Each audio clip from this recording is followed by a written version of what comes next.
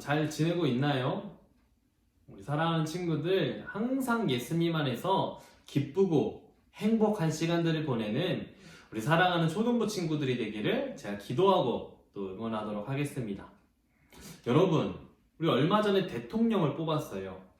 혹시 대통령이나 국회의원이 어떻게 뽑히는지 알고 있나요? 맞아요. 대통령이나 이 국회의원은 선거, 투표를 통해서 뽑게 돼요. 우리가 학교에서 반장을 뽑는 거와 비슷한 방법이에요. 우리가 대통령이나 국회의원을 뽑을 때는 이 투표로 하는데, 이 나라를 위해서 일하는 이 국무총리나 장관들을 뽑을 때는 방법이 달라요. 이 국무총리나 장관을 뽑기 위해선 이 청문회라는 과정이 필요해요. 이 청문회는 어떤 한 사람이 중요한 자리에 이제 임명이 될 때 이 사람이 자격이 되는지 아니면 자격이 되지 않는지를 놓고 이제 하는 자리예요. 그래서 이 한 사람을 놓고 막 질문을 하고 또 이 사람의 자격을 봐요. 이 사람이 이전에는 잘못한 일이 있었는지, 아니면 이 사람이 약한 사람들을 괴롭힌 적은 없는지, 아니면 이 사람이 죄를 짓지는 않았는지 판단하는 자리예요. 그래서 여러 가지 과정들을 통해서 이 사람이 자격이 있다 라고 생각이 된다면 이 사람을 이제 임명을 하게 되는 거고, 만약에 이 사람의 자격이 충분하지 않다, 자격 요건이 미달된다 라고 생각이 되면 이 사람을 임명하지 않는 거예요. 그런데 여러분, 우리가 하나님의 자녀로서의 자격이 충분할까요? 하나님이 우리를 보실 때 어떨까요?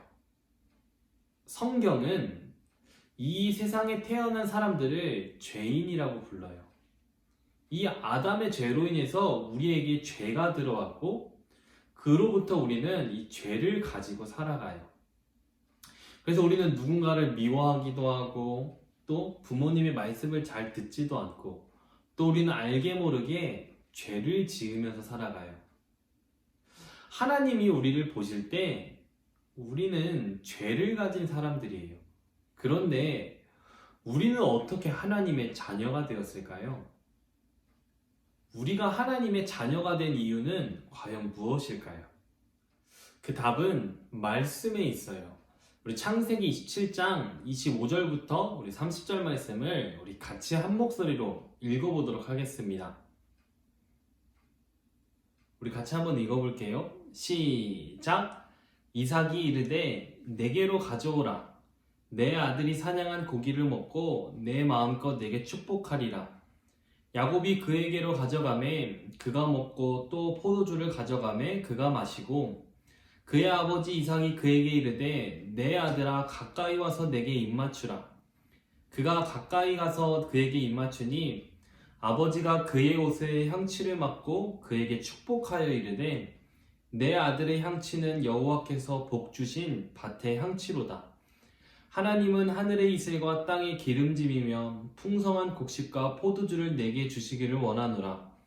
만민이 너를 섬기고 열국이 내게 굴복하리니 내가 형제들의 주가 되고 내 어머니의 아들들이 내게 굴복하며, 너를 저주하는 자는 저주를 받고 너를 축복하는 자는 복을 받기를 원하노라. 이삭이 야곱에게 축복하기를 마침에 야곱이 그의 아버지 이삭 앞에서 나가자 곧 그의 형 에서가 사냥하여 돌아온지라. 아멘. 하나님은 이 말씀을 통해서 오늘 저와 여러분에게 이렇게 말씀하세요. 우리 같이 한번 읽어볼까요? 시작! 하나님의 은혜로 선택받았음을 알라.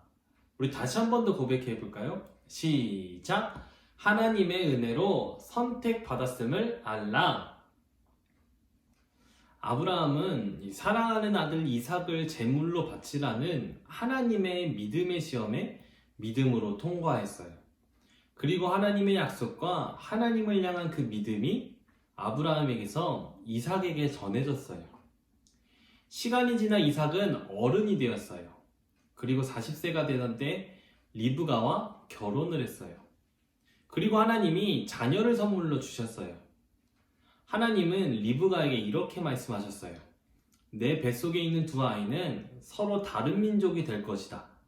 그리고 형이 동생을 섬기게 될 것이다 라고 하나님은 말씀하셨어요. 하나님의 말씀대로 쌍둥이 형제가 태어났어요. 먼저 나온 아기는 몸이 붉고 털이 많았어요.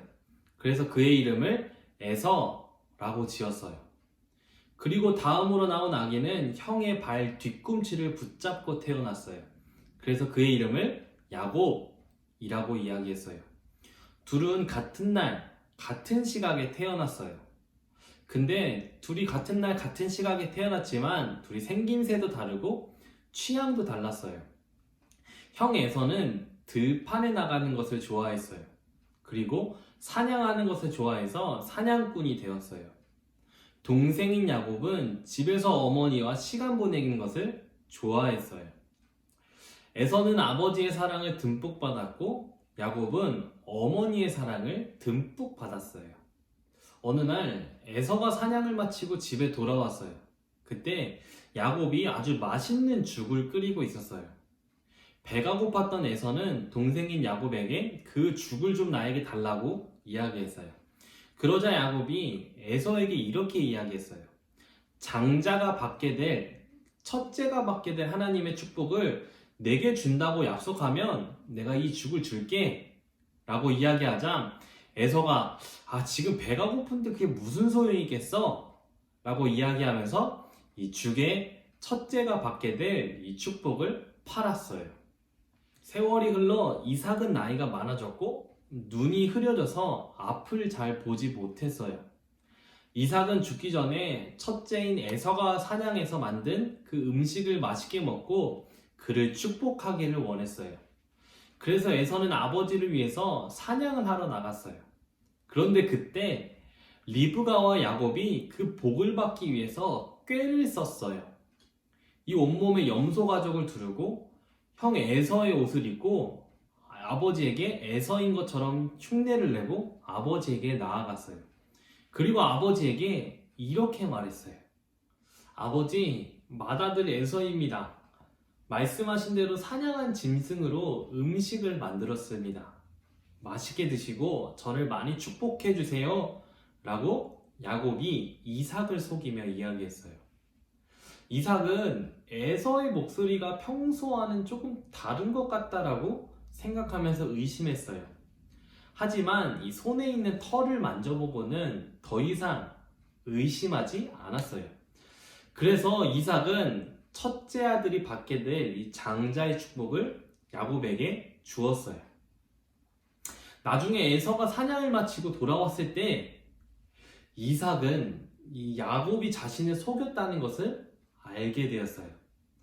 그래서 이 사실을 알게 된 에서는 엄청 화가 났고 몹시 슬펐어요. 그러나 더 이상 에서가 받게 될 축복은 남아있지 않았어요. 여러분, 이 에서와 야곱 좀 둘 다 이상한 형제이지 않나요? 사실은 둘 다 이 하나님의 복을 받을 자격이 없어요. 첫째인 에서는 이 하나님의 복을 가볍게 여겼어요. 그래서 죽 한 그릇에 이 첫째가 받게 된 하나님의 축복을 팔아버린 거예요. 근데 동생은 어땠어요? 동생은 속임수를 써서 거짓말을 해서 하나님의 축복을 받게 된 거예요. 에서와 야곱은 둘 다 하나님의 이 복을 받을 자격이 없어요. 그럼에도 불구하고 하나님은 약속을 이을 사람을 야곱으로 선택하셨어요. 에서와 야곱 둘 다 비교했을 때 야곱이 조금 더 나아서 야곱을 선택하신 걸까요? 아니요, 그렇지 않아요. 하나님은 자격과 상관없이 야곱을 선택하셨어요. 자격과 상관없이 선택받았다는 것, 이것을 우리는 은혜라고 이야기해요. 하나님은 은혜로 야곱을 선택하셨어요. 그리고 야곱은 하나님의 은혜로 약속을 이어받을 자녀가 된 거예요. 우리 에베소서 2장 8절 말씀을 우리 같이 한번 읽어볼게요. 같이 한번 읽을게요. 시작! 너희는 그 은혜에 의하여 믿음으로 말미암아 구원을 받았으니 이것은 너희에게 난 것이 아니요 하나님의 선물이라. 아멘. 우리 다시 한 번 더 읽어볼까요? 시작! 너희는 그 은혜에 의하여 믿음으로 말미암아 구원을 받았으니 이것은 너희에게서 난 것이 아니요 하나님의 선물이라. 우리의 구원도 마찬가지예요. 우리가 하나님의 자녀가 되는 것은 그럴 만한 자격이 있어서가 아니에요. 하나님은 우리에게 믿음을 주시고 그 믿음으로 우리는 구원을 받았어요. 그렇게 우리는 하나님의 자녀가 된 거예요. 하나님께서 우리에게 믿음을 주시고 그 믿음으로 구원을 받아 하나님의 자녀가 된 것, 이것을 우리는 뭐라고 부를까요? 맞아요. 바로 은혜라고 이야기해요. 자격 없던 야곱도 또 자격 없는 우리도 하나님을 믿고 하나님의 자녀가 될 수 있었던 것은 오직 은혜였어요. 우리 사랑하는 초등부 여러분, 우리가 하나님의 자녀가 된 것은 다 하나님의 은혜였어요. 이 사실을 잊지 않고 하나님께 감사하면서 살아가는 우리 사랑하는 초등부가 되기를 간절히 소망합니다. 하나님의 은혜로 우리가 하나님의 자녀가 되었음을 잊지 않고 살아가는 우리 초등부가 되기를 간절히 소망합니다. 우리 다음 시간에 또 만나도록 할게요. 안녕.